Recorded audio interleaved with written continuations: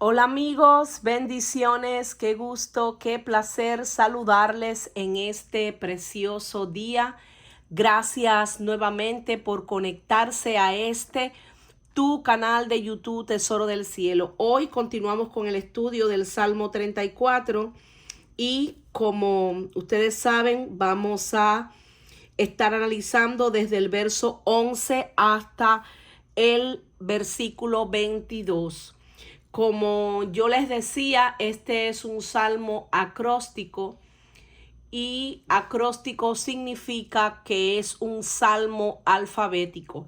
Es decir, que cuando su autor, David, comenzó a escribir este salmo, pues usó para comenzar cada uno de los versículos un una letra del alfabeto hebreo.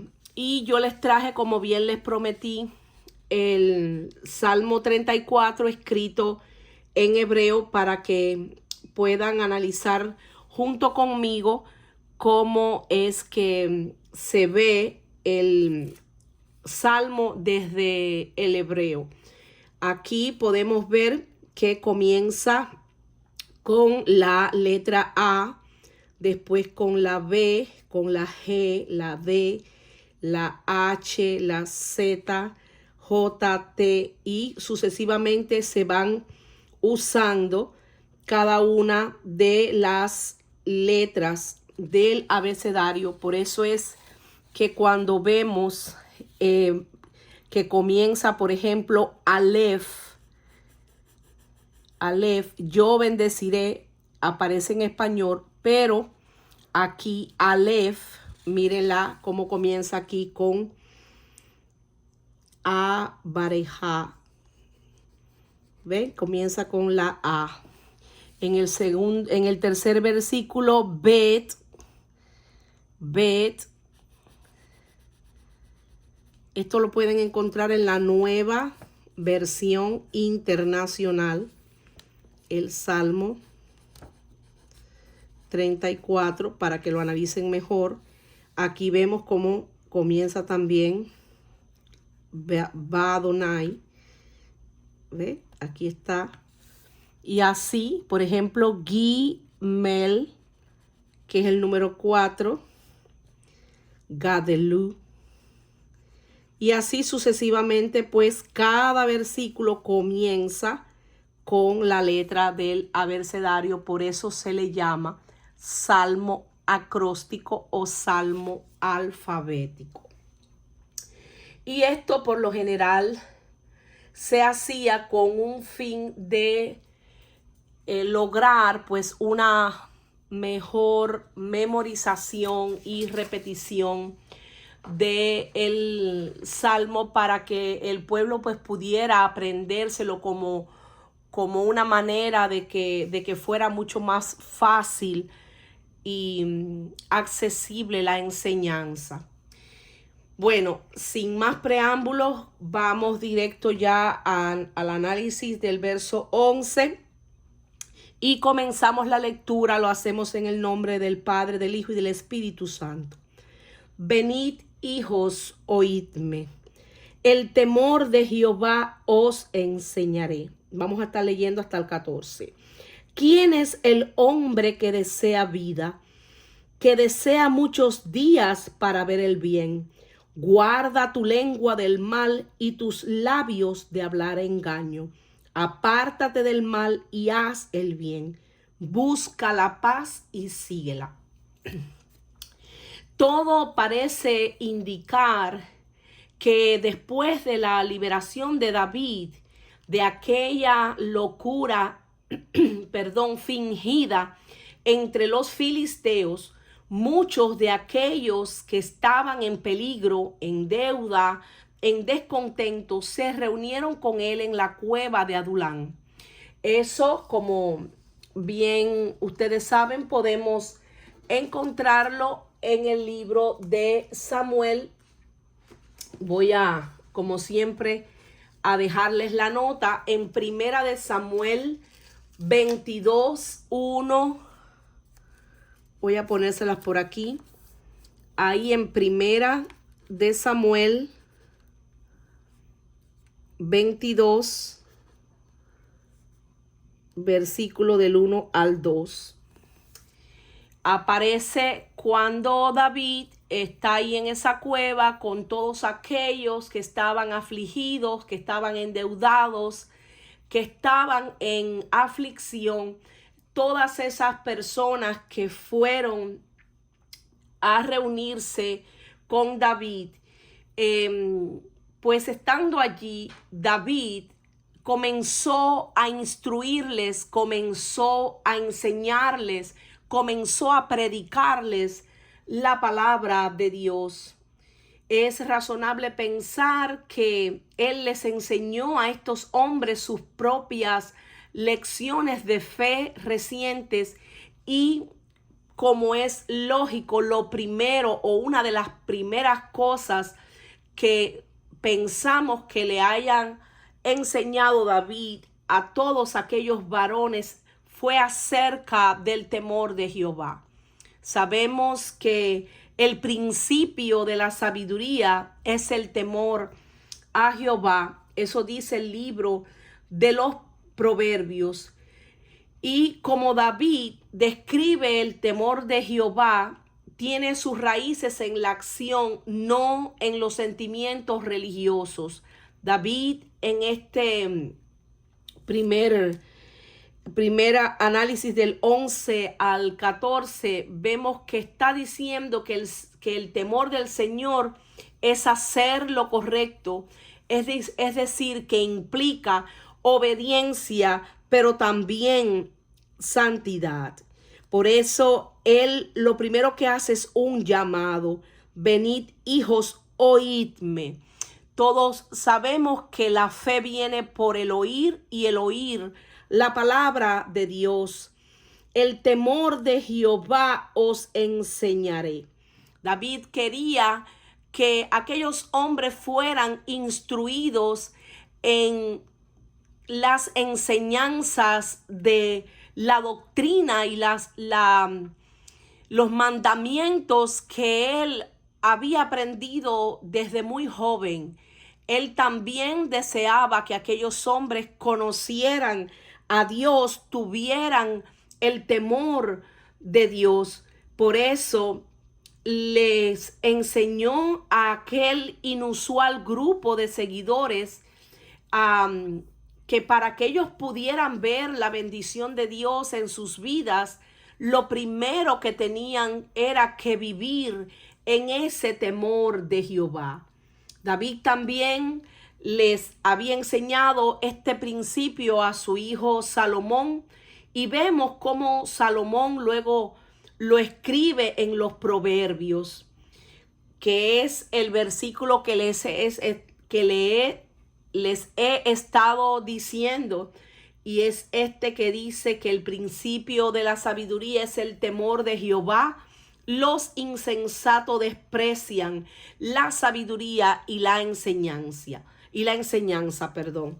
Todos los que hemos estudiado la palabra de Dios sabemos que obviamente David todavía no había conocido a Betsabé, y por lógica tampoco Salomón había nacido, pero cuando estudiamos el libro de Proverbios, nos damos cuenta que Salomón escribió estos proverbios, y lo escribió porque su padre desde muy temprana edad le enseñó y lo instruyó en el temor a Dios y en que viviera una vida consagrada al Señor. Y eso pues ya lo hemos analizado en otros estudios anteriores. Por eso acá él le dice a aquellos varones: ¿quién es el hombre que desea vida, que desea muchos días para ver el bien? Y en otra versión dice: ¿quieres vivir una vida larga y próspera? Entonces ahí le da el consejo Guarda tu lengua del mal y tus labios de hablar engaño. Apártate del mal y haz el bien. Busca la paz y síguela. David tenía como propósito instruir a aquellos varones para que no solamente se comportaran correctamente, sino que ya antes de hablar, hasta incluso analizaran cada palabra, como que pusieran de cierta forma guarda a la puerta de sus labios, como dice uno de sus salmos, que ellos pues entendieran de que una de las cosas que nosotros como seres humanos tenemos que pues meditar mucho en no solamente lo que pensamos, sino también lo que hablamos.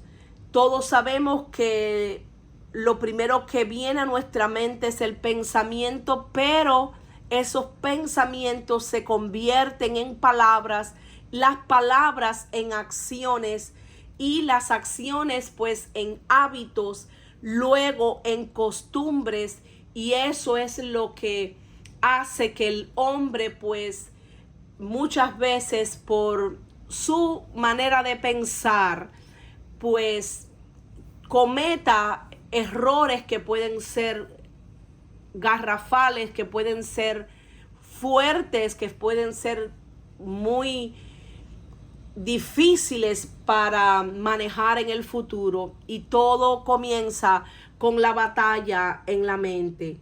David le enseñó a estos hombres tan ásperos así como ellos eran, aunque no tenían ninguna quizás instrucción, quizás no eran hombres de gran educación, todo parece indicar que no, que eran hombres pues comunes como cualquiera otros, pero él sí quería que las personas que estuvieran a su alrededor pues poco a poco irlos instruyendo, sobre todo en el camino del Señor.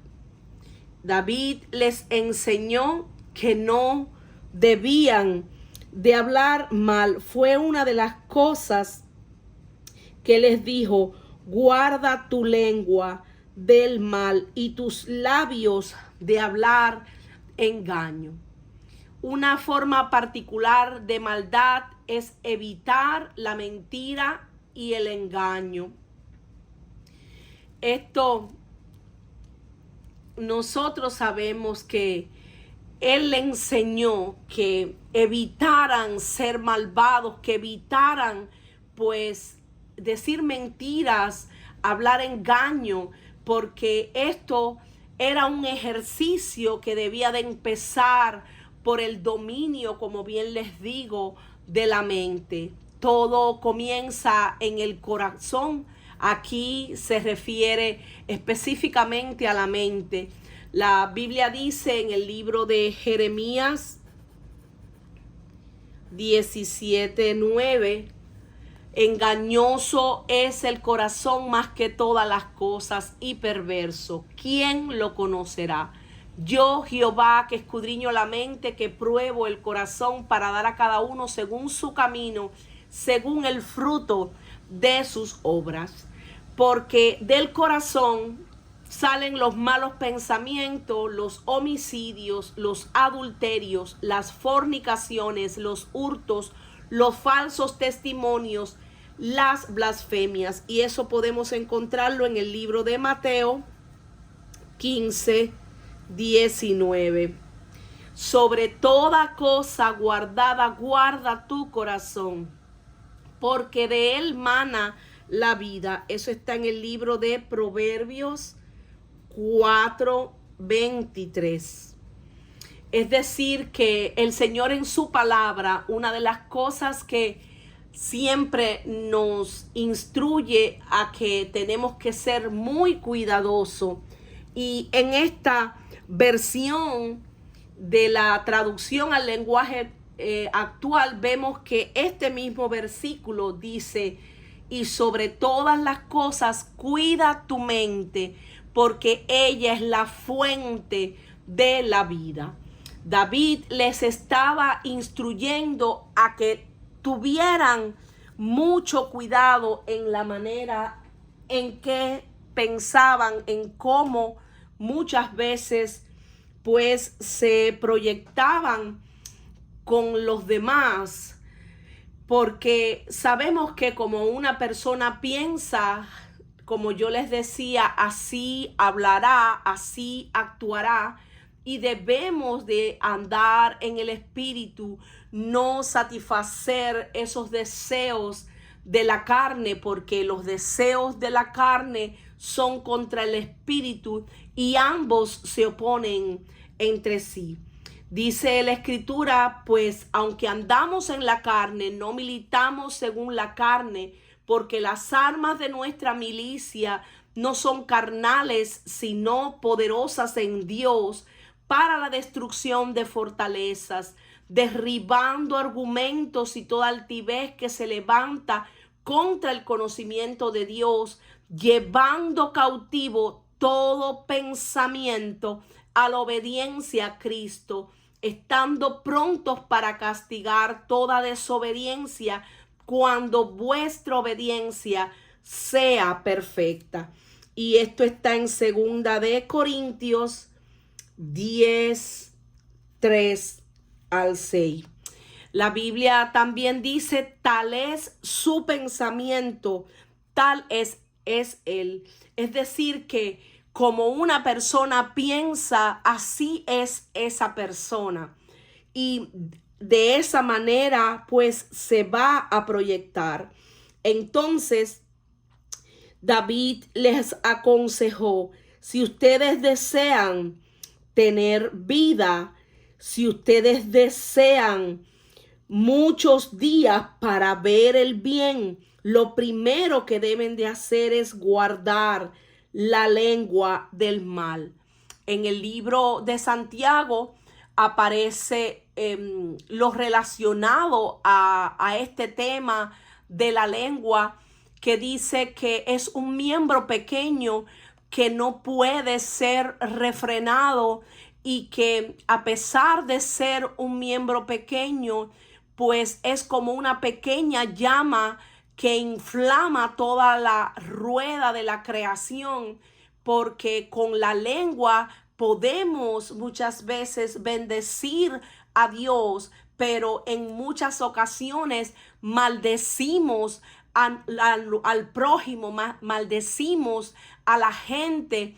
Y esto, una de las cosas que el apóstol Pedro trata en ese libro, es lo relacionado a que no puedes ser así, porque de una misma fuente no puede salir agua dulce y agua salada. Que nosotros como hijos de Dios tenemos que procurar con diligencia, pues medir cómo hablamos, porque con la lengua nosotros podemos hacerle mucho daño a las personas, podemos provocar grandes problemas. Y en otras partes de la escritura dice que hay palabras que son como golpes de espada, es decir, que producen muchas heridas, que produce mucho dolor.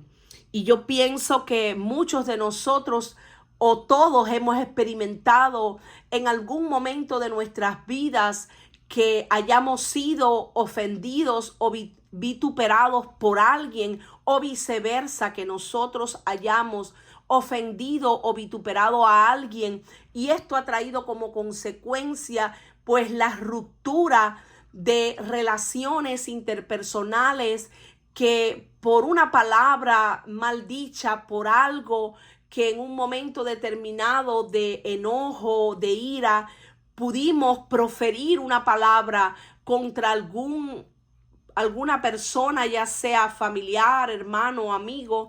Esto pues pudo producirle a esa persona heridas y dolor. Y Dios, por eso también en su palabra dice que aquel que le diga incluso fatuo a su hermano, que significa necio, pues quedará expuesto al lago de fuego y de azufre. Es decir, si no se arrepiente de proferir con palabras de maldición contra los demás, porque nosotros como hijos de Dios, Dios nos ha mandado a bendecir y no a maldecir. Y bendecir es decir bien, maldecir es decir mal acerca de los demás. Por eso dice: guarda tu lengua del mal y tus labios de hablar engaño. Apártate del mal y haz el bien. Busca la paz y síguela. Sabemos que el padre de mentira es el diablo. El diablo es el engañador por excelencia. Entonces nosotros como hijos de Dios no podemos estar mintiendo, mucho menos actuar contra los demás con engaños, con intrigas, con cosas que puedan ser perjudiciales a nuestro prójimo. Por eso, una de las cosas que David les enseñaba era que se apartaran del mal, que hicieran el bien, que buscaran la paz y que la mantuvieran. Vamos a analizar ahora el siguiente verso.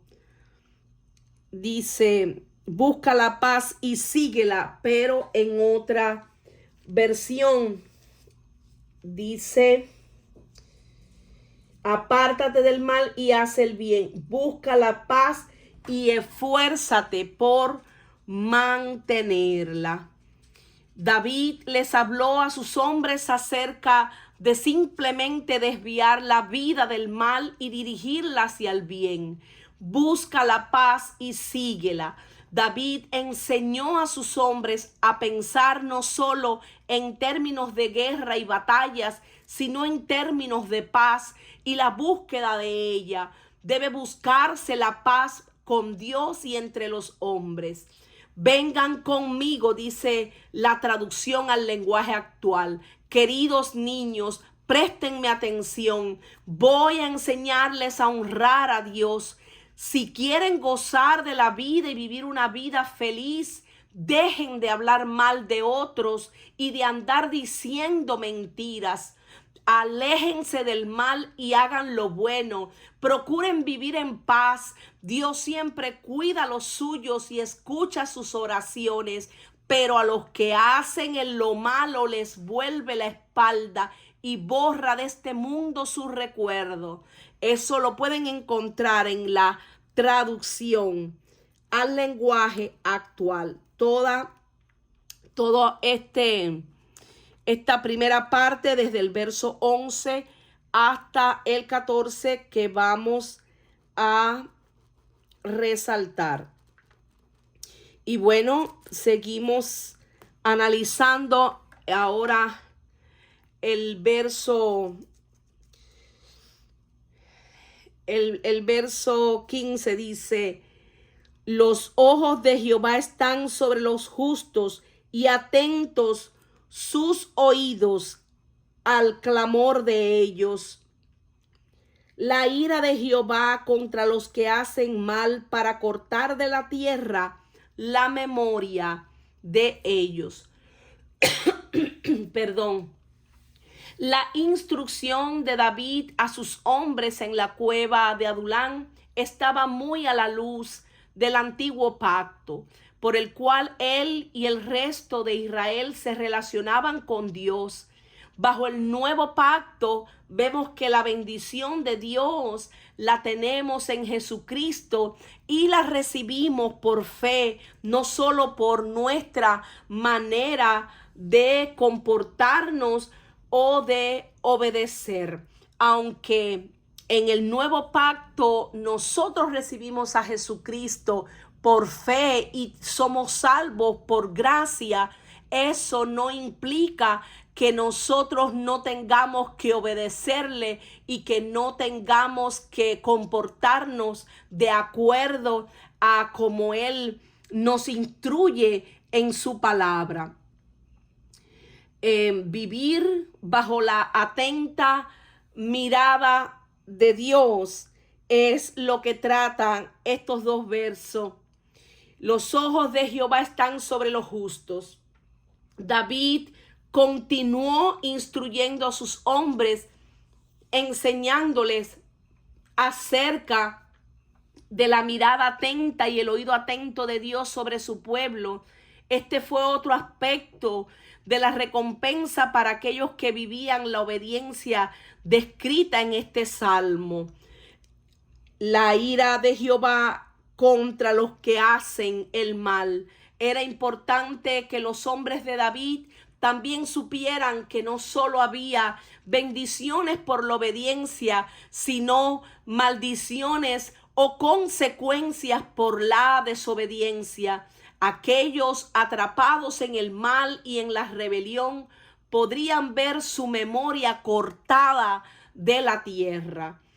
Y yo les sugiero que estudien el libro de Deuteronomio número 28, porque esto les va pues a abrir el espectro mucho más claro y mucho más grande acerca de lo que estamos hablando.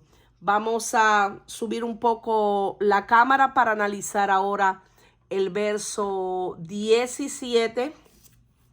Dice: claman los justos y Jehová oye y los libra de todas sus angustias. David les recordaba a sus hombres en la cueva de Adulán que el cuidado atento de Dios está sobre los justos. El testimonio de David era que Dios lo había librado de todas sus angustias. Ciertamente el Señor, cuando nosotros clamamos a Él, Él está cercano a aquellos que le amamos, a aquellos que confiamos plenamente en Él y sabemos que Dios ha prometido estar con nosotros todos los días hasta el fin del mundo. No importa la situación, por difícil que sea, Dios, que es varón de dolores, experimentado en quebrantos, Él es poderoso para sanar y para salvar, para vendar nuestras heridas. Jehová venda las heridas de aquel que está necesitado, venda las heridas de aquel que está quebrantado de corazón. Por eso dice: cercano está Jehová a los quebrantados de corazón y salva a los contritos de espíritu. Ciertamente David les recordaba a sus hombres que el cuidado atento de Dios siempre está sobre sus hijos. Esta enseñanza de David era maravillosa para que ellos lo oyeran. Ellos que estaban endeudados, angustiados, descontentos, probablemente eran aquellos quebrantados de corazón y contritos de espíritu. Ellos eran objeto del favor y la salvación de Dios, no de su desprecio. Aquellos cuyos espíritus están oprimidos e incluso quebrantados con la grandeza de sus calamidades. Aquellos cuyos corazones o espíritus están verdadera y profundamente humillados bajo la mano de Dios, iban a encontrar el consuelo. Solamente en Dios, aquellos que fueron despreciados, aquellos que nadie los quería, aquellos que fueron rechazados, sabemos que estaban cansados, agobiados, pero así como dice la Escritura: venid a mí todos aquellos que estén trabajados y cansados, yo los haré descansar. Porque el verdadero descanso viene de Dios. Por eso la escritura en Filipenses, en el libro de Filipenses 2, a partir del versículo 5 dice: haya pues entre vosotros este sentir que hubo también en Cristo Jesús. Vamos a analizar Filipenses 2, del verso 5 al 11. Dice que hubo también en Cristo, el cual siendo en forma de Dios, no estimó el ser igual a Dios como cosa que aferrarse, sino que se despojó a sí mismo, tomando forma de siervo, hecho semejante a los hombres, y estando en la condición de hombre, se humilló a sí mismo, haciéndose obediente hasta la muerte, y muerte de cruz.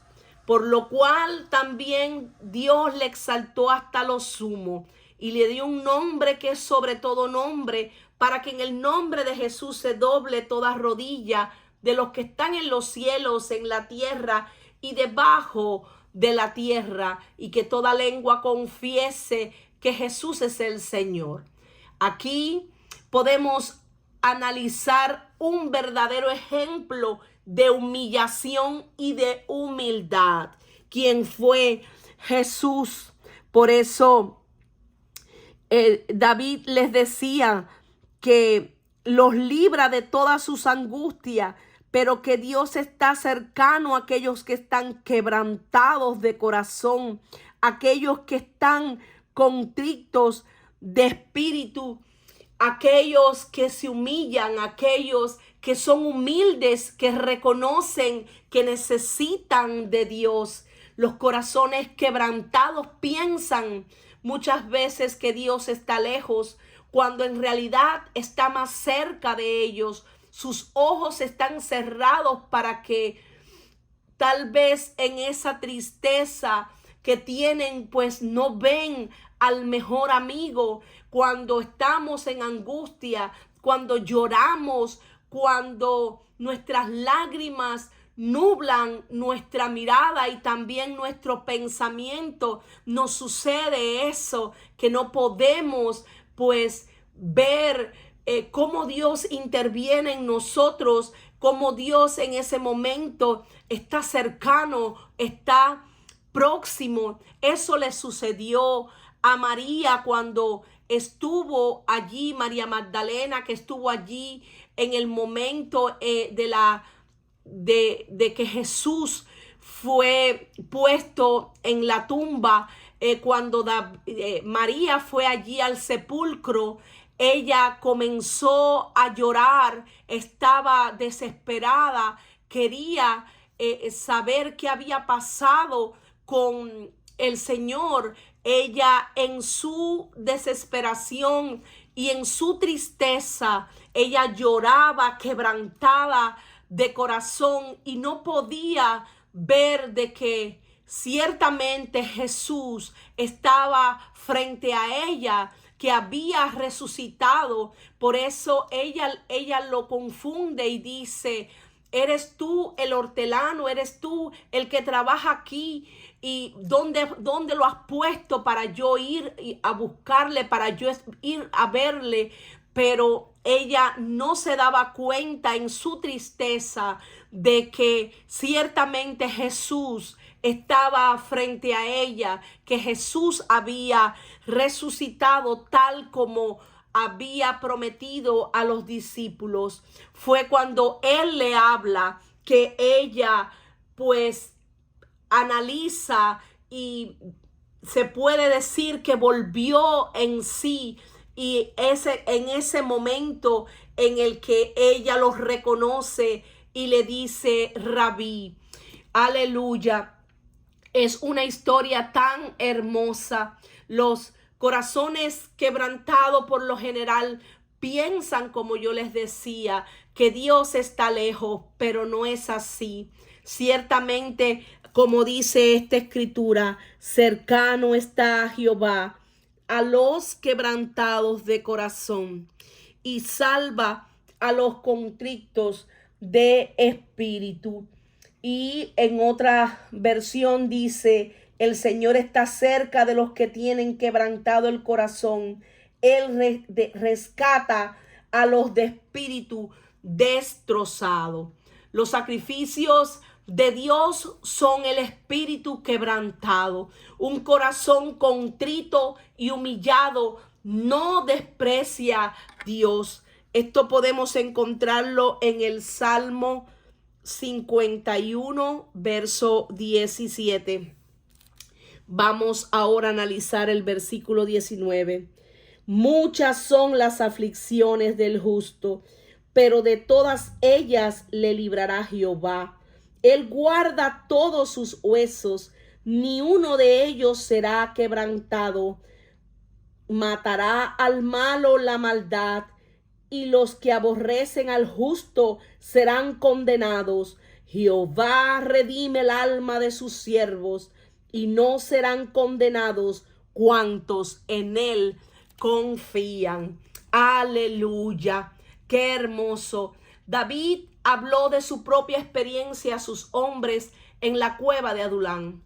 Aunque era relativamente joven, aún así había sufrido muchas situaciones bien complejas, incluso siendo un hombre justo. Muchas son las aflicciones, pero más son las liberaciones de Dios para con nosotros, su pueblo. Aleluya. Pero de todas, dice la Escritura, nos librará Jehová.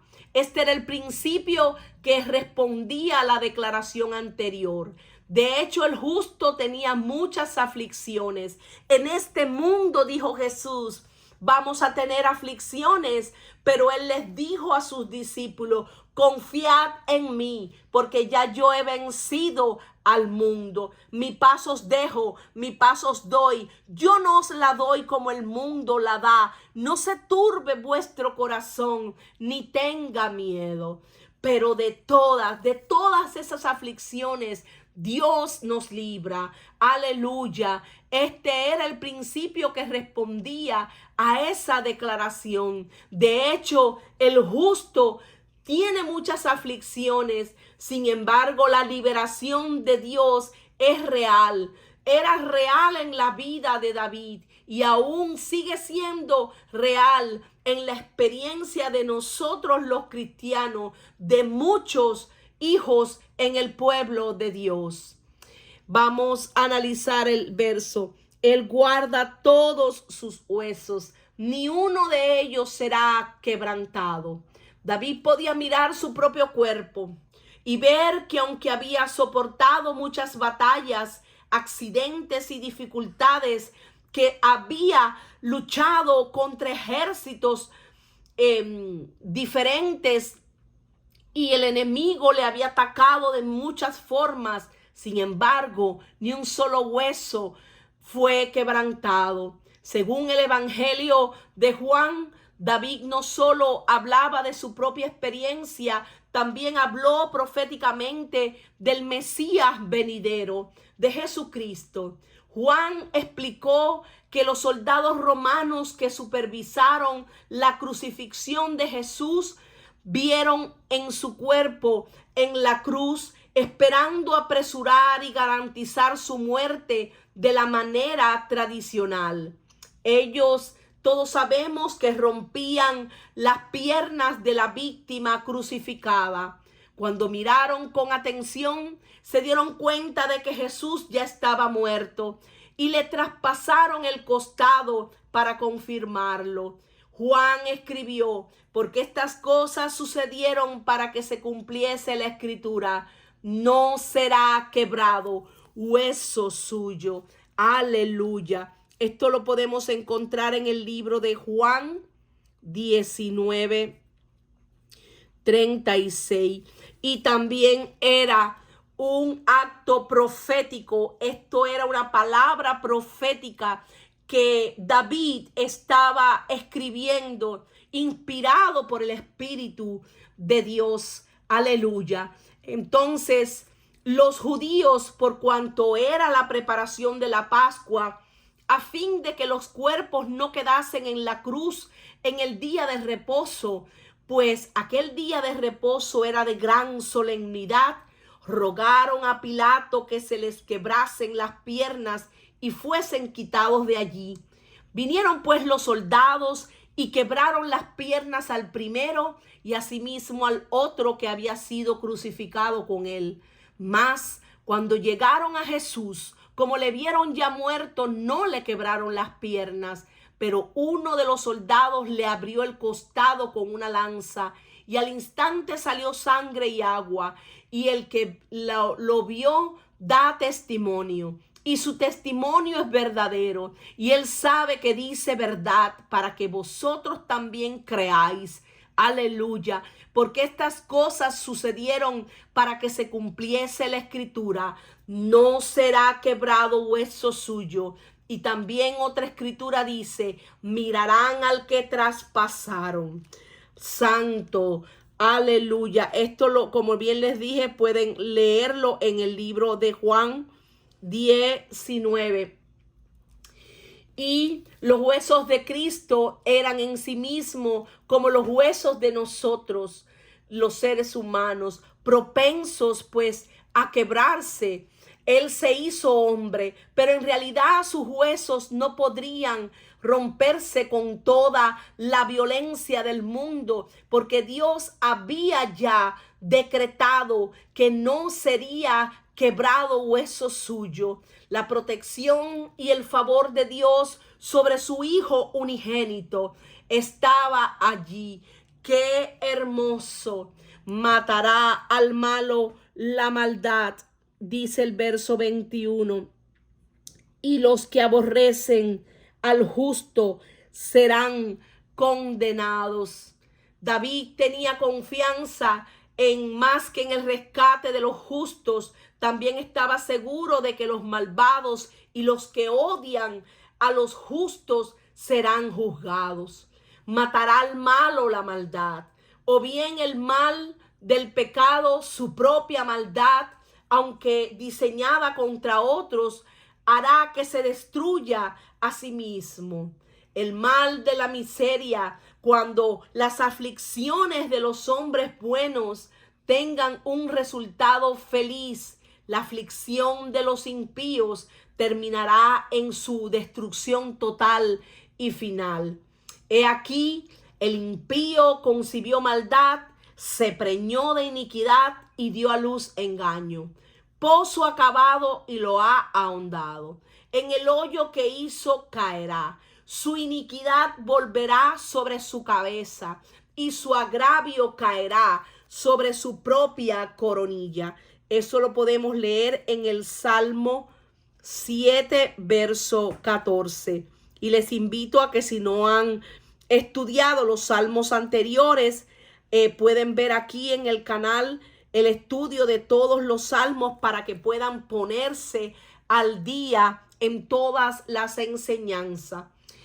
Entonces podemos analizar que cada uno ciertamente cosechará lo que sembró.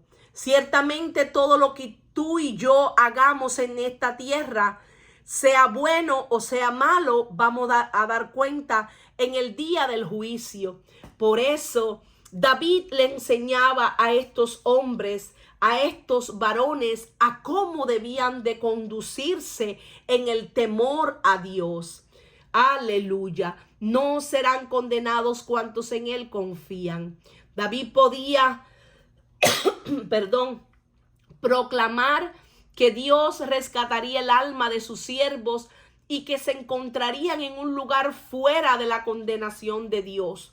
Porque ninguna condenación hay para nosotros que amamos a Jesús, para los que creemos en Él.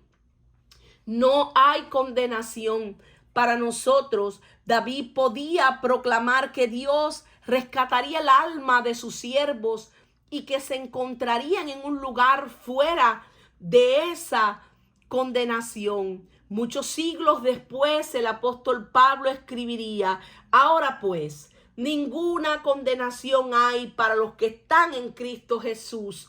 Eso lo podemos encontrar en el libro de Romanos 8, verso 1.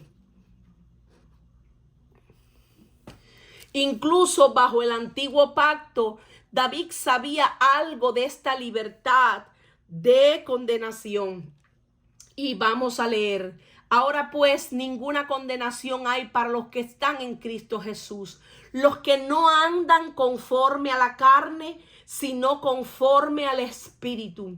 Porque la ley del Espíritu de vida en Cristo Jesús me ha librado de la ley del pecado y de la muerte. Porque lo que era imposible para la ley, por cuanto era débil en la carne, Dios, enviando a su Hijo en semejanza de carne de pecado y a causa del pecado, condenó al pecado en la carne, para que la justicia de la ley se cumpliese en nosotros, que no andamos conforme a la carne, sino conforme al Espíritu. Porque los que son de la carne piensan en las cosas de la carne, pero los que son del Espíritu en las cosas del Espíritu. Y aquí vuelve a lo que analizamos en el verso número 13, de guardar la lengua, de guardar los pensamientos, de llevar el pensamiento cautivo a la obediencia a Cristo, de derribar todos esos argumentos que se levantan en contra del conocimiento de Dios, de su palabra. Aleluya. Dice que los que son de la carne piensan, es decir, su pensamiento está en las cosas de la carne, en las cosas de este mundo, en aquello que desagrada a Dios. Pero los que son del Espíritu se ocupan en las cosas del Espíritu. Aleluya. Porque el ocuparse de la carne es muerte, pero el ocuparse del Espíritu es vida y es paz. Por tanto, los designios de la carne son enemistad contra Dios, porque no se sujetan a la ley de Dios, a los mandamientos de Dios, ni tampoco pueden. Y los que viven según la carne, según sus propios deseos, amando al mundo y sus placeres, no pueden agradar a Dios. Mas nosotros no vivimos según la carne, sino según el Espíritu. Si es que el Espíritu de Dios mora en ustedes. Si alguno de ustedes no tiene el Espíritu de Cristo, no es de él. Pero la buena noticia es que si no tienes el Espíritu de Cristo, tú puedes clamar a Jesús, tú puedes clamar a Dios, pedirle ser lleno de su presencia, pedirle arrepentirte y decirle: yo me arrepiento de todo mi pecado, de pensamiento, de palabra, de acción, de omisión. Oh Padre, yo te acepto como mi único Dios, Señor, Salvador. Lléname de tu presencia. Yo reconozco que soy un pecador. Cuando tú o yo, cuando cualquier persona en la faz de la tierra hace esta oración pidiéndole perdón a Dios, reconociendo que ha pecado contra Dios, cuando se humilla ante el Señor y le pide esa intervención divina, Dios, en su gran amor, en su gran fidelidad, envía su Espíritu, el Espíritu de Dios que está aquí, que es Dios mismo, omnipotente, omnipresente, omnisciente. Entonces el Espíritu de Dios se une al Espíritu de aquel que ha recibido a Jesucristo como único Dios, Señor y Salvador. Aleluya. Jehová redime el alma de sus siervos, y no serán condenados cuantos en él confían. Ciertamente Jehová es nuestro Redentor. Ciertamente Él llevó a la cruz todo pecado de la humanidad. Ciertamente Él vino para darnos vida y vida en abundancia. Por eso aquellos que hemos recibido al Hijo de Dios, a Jesús, somos guiados por el Espíritu de Dios, somos los hijos de Dios, pues no hemos recibido el espíritu de esclavitud para estar otra vez en temor, sino que hemos recibido el espíritu de adopción por el cual clamamos, Abba, Padre, papito mío, aleluya. El Espíritu mismo da testimonio a nuestro espíritu de que somos hijos de Dios. Y si somos hijos, también somos herederos, herederos de Dios y coherederos con Cristo. Y es entonces que muchas veces padecemos juntamente con Él, para que juntamente con Él en el día de la redención seamos glorificados, porque como dice esta escritura de Romanos, tenemos por cierto que las aflicciones del tiempo presente no son comparables con la gloria venidera que en nosotros ha de manifestarse, porque el anhelo ardiente de la creación es aguardar la manifestación de los hijos de Dios. Aleluya. Ciertamente aquellos que conocen el nombre de Dios, aquellos que invocan su nombre, que confían en Él, no serán condenados, no serán quebrantados. El Señor nunca los abandonará a los que le buscan en verdad. Sabemos que Dios es fiel y todo lo que Él nos ha prometido lo cumple. Aleluya. Por eso, en el día que temo, yo en Dios confío. La confianza del salmista en Dios era evidente, y él quería inculcarles a aquellos varones que tuvieran confianza en medio del miedo, en medio de la incertidumbre, en medio de las circunstancias, que pusieran su mirada en las cosas de arriba y no en las de la tierra, que levantaran su mirada a Jesús, que es el autor y consumador de la fe. Feliz aquel cuya ayuda es el Dios de Jacob, cuya esperanza está en el Señor su Dios. Aleluya. David enfatizaba la felicidad de aquellos que confiamos en Dios como nuestra ayuda, como nuestra esperanza. Por eso vemos que en el libro de Proverbios 3, 5 al 6 dice: confía en el Señor de todo tu corazón, no te apoyes en tu propio entendimiento, reconócelo en todos tus caminos y Él enderezará tus pasos. Aleluya.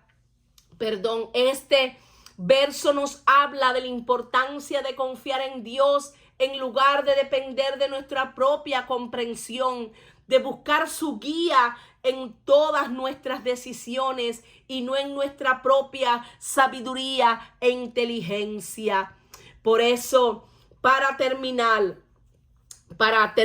ya, vamos a leer estos versos en otra versión. Dice: la persona íntegra enfrenta muchas dificultades, pero el Señor llega al rescate en cada ocasión. Pues el Señor protege los huesos de los justos, ni uno solo es quebrado.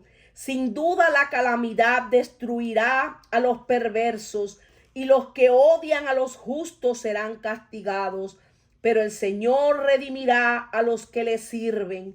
Ninguno que se refugie en Él será condenado. Aleluya. Y en la traducción al lenguaje actual dice: Dios bendice a los que en Él confían. Ustedes, pueblo de Dios, vengan y prueben su bondad.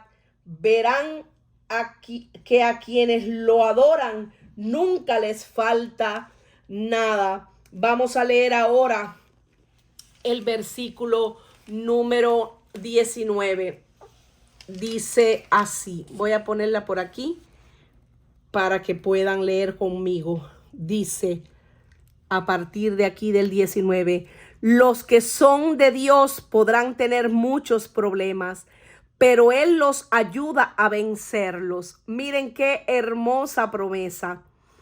Dios cuida de ellos y no sufrirán daño alguno. Los malvados tendrán que sufrir las consecuencias de su maldad, pues Dios habrá de castigar a los que odian a su pueblo. Dios siempre salva a los suyos. Los que confían en Él no sufrirán ningún castigo. Aleluya. Qué hermoso, precioso este Salmo 34 que nos llena de esperanza, que nos llena de fe en el Señor. Y bueno, mis amados, esto es todo por hoy. En los próximos días estaremos estudiando con el favor de Dios el Salmo número 35. Así que está atento para que no te pierdas ninguna de las enseñanzas. Que el Señor te bendiga, que el Señor te guarde, que el Señor haga resplandecer su rostro sobre ti, sobre los tuyos, y que ponga en nosotros su paz que sobrepasa todo entendimiento. Muchas bendiciones y que tengas un excelente día. Gracias por conectarte. Si no te has suscrito, suscríbete al canal y nos vemos en los próximos videos. Bendiciones.